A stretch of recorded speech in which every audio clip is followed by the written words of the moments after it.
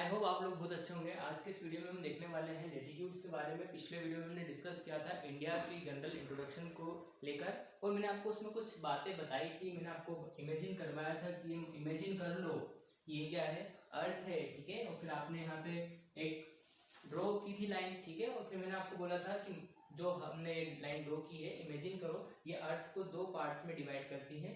जो upper part है उसको हमने नाम दिया था नॉर्दर्न हेमिस्फीयर, ठीक है। और जो जो लोअर पार्ट है इसको नाम दिया था हमने सदर्न हेमिस्फीयर, ठीक है। Northern hemisphere and southern hemisphere. जो बीच में जो हमने इसको डिवाइड किया था इसको नाम दिया था इक्वेटर, ठीक है। अच्छा, इतना मैंने आपसे डिस्कस कर लिया था। लेकिन ये जो नाम दिया है, ठीक है, इक्वेटर क्या है, बेसिकली एक लैटिट्यूड जो अर्थ को दो बराबर भागों में डिवाइड करती है। अच्छा ठीक है, आपके मन में डाउट आता होगा ना जब मैं सब ड्रॉ करता हूँ कि सर आपने बोला ये अर्थ मान लो, ये मान लो, ठीक है।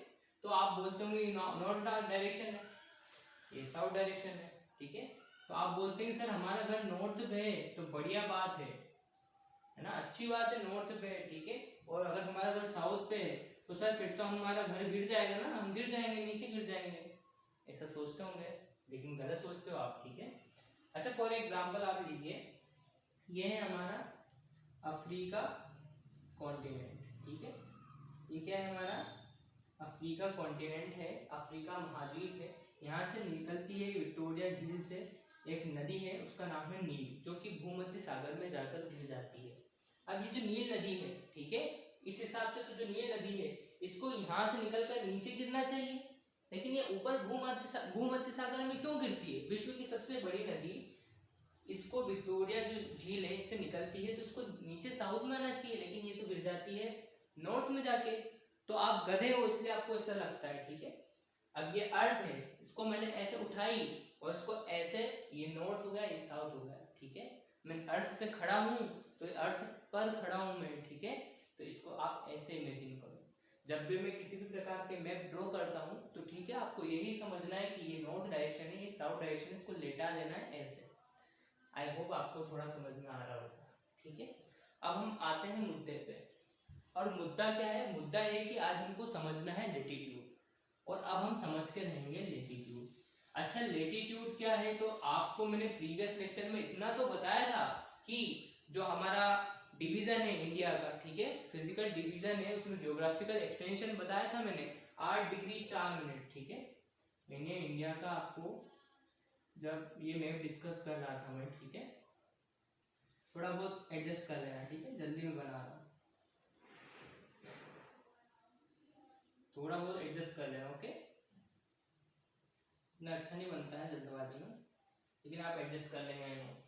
मैंने आपको बताया था, ठीक है, 37 डिग्री 6 मिनट, ठीक है, 8 डिग्री 4 मिनट, ऐसा कुछ बताया था मैंने। तो ये डिग्री क्या होते हैं, ठीक है, डिग्री क्या होते हैं? ये लैटिट्यूड्स हैं। क्या है ये? लैटिट्यूड्स हैं, ठीक है। मैंने आपको बताया था ये ऐसे अक्षांश रेखा है, समझाया था मैंने।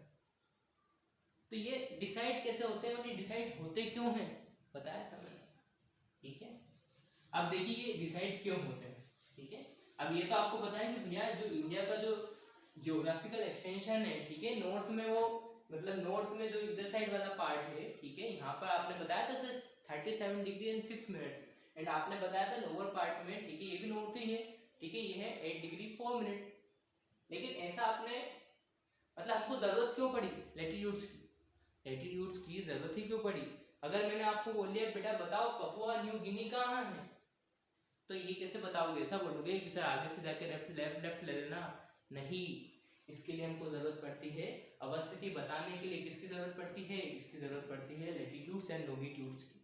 तो आपको इस वीडियो में बेसिकली ये बताया जाएगा कि लैटिट्यूड्स होते क्या है। अच्छा, देखते हैं अब लैटिट्यूड्स क्या क्यों होते हैं, उसको बनाने का आधार क्या था, कैसे बनाए जाते हैं।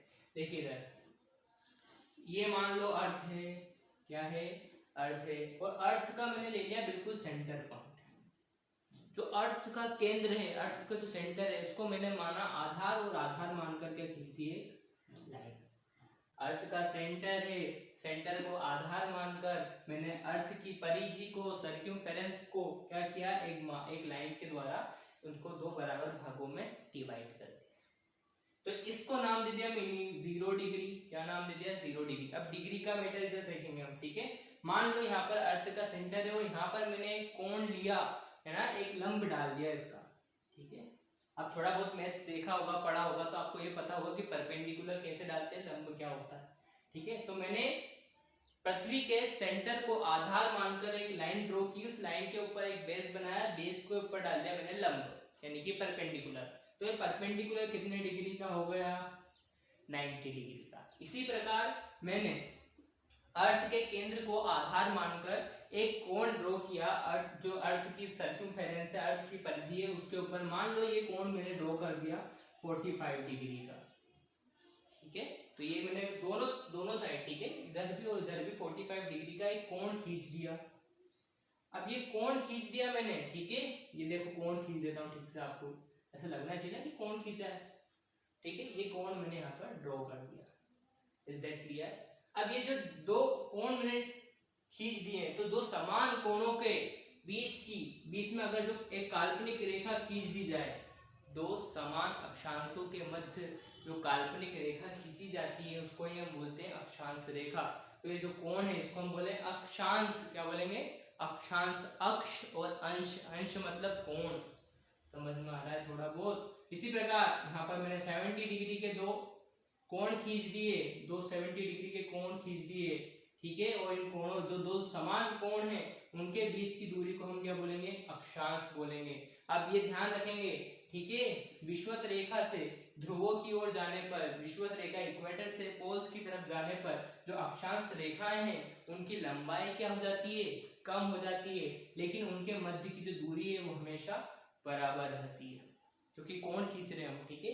कोण क्या है, कोणों की दूरी क्या रहेगी, हमेशा बराबर रहेगी, लेकिन उनके मध्य की जो दूरी है वो तो बराबर है, लेकिन उनकी जो लंबाई है, क्योंकि जो अर्थ है उसका शेप कैसा है, स्फेयर वाला शेप है, तो जो बीच वाला भाग रहेगा वो कैसा रहेगा, बड़ा, और फिर थोड़ा छोटा हो जाएगा, फिर थोड़ा छोटा हो जाएगा, थोड़ा और छोटा हो जाएगा।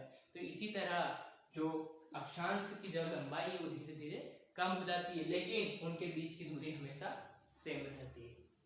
इतना समझ में आया होगा मेरे ख्याल से, ठीक है। तो अब आप बोलेंगे सर नॉर्थ में आपने इस नॉर्थ के पार्ट में, ठीक है, नॉर्दर्न हेमिस्फीयर, तो नॉर्थ के जो लैटिट्यूड्स हैं, ठीक है।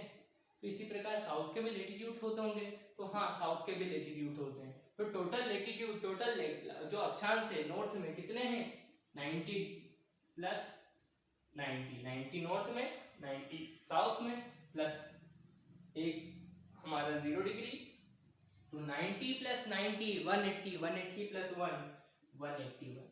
लेकिन 90 डिग्री मैंने बोला था दो समान अक्षांशों के बीच में ही अक्षांश रेखा खींचती है, लेकिन यहाँ पे तो 90 सिर्फ एक ही है, दो 90 होंगे तभी तो बीच में जाके अक्षांश रेखा खींचेंगे, लेकिन यहाँ पे तो एक ही 90 है। तो यहाँ पर क्या करेंगे, एक अक्षांश रेखा यहाँ ड्रॉ नहीं होगी, एक अक्षांश रेखा यहाँ ड्रॉ नहीं होगी, तो दो माइनस कर दो इसमें से 179।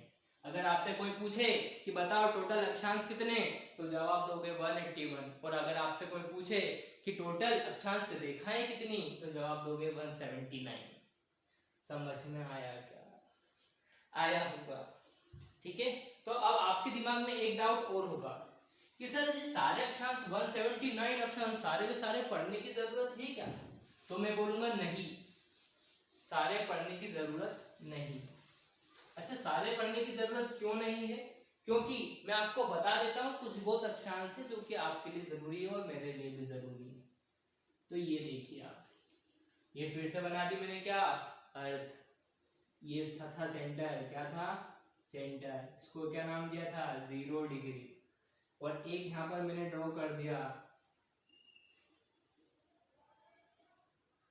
ठीक है, एक यहाँ पर मैंने ड्रॉ कर दिया, ये सब नॉर्थ में चल रहा है, ठीक है, एक यहाँ पे ड्रॉ कर दिया, एक यहाँ पर ड्रॉ कर दिया सब। अब ये नॉर्थ में थोड़ी आएगा, साउथ में आएगा सर, क्या अभी ये साउथ, ये 90 degree south, is that clear.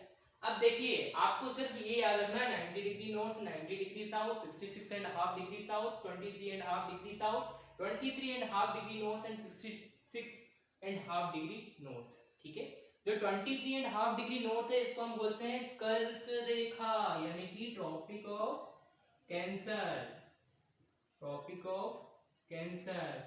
और जो 66.5 डिग्री नॉर्थ है ना, इसको हम बोलते हैं आर्कटिक सर्कल, आर्कटिक सर्कल, ठीक है।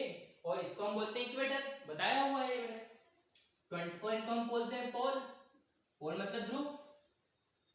चलिए इसके बाद 23.5 डिग्री साउथ, ठीक है, 23.5 डिग्री साउथ, इसको हम बोलेंगे ट्रॉपिक ऑफ कैप्रिकॉर्न, मकर रेखा, मकर रेखा, ठीक है।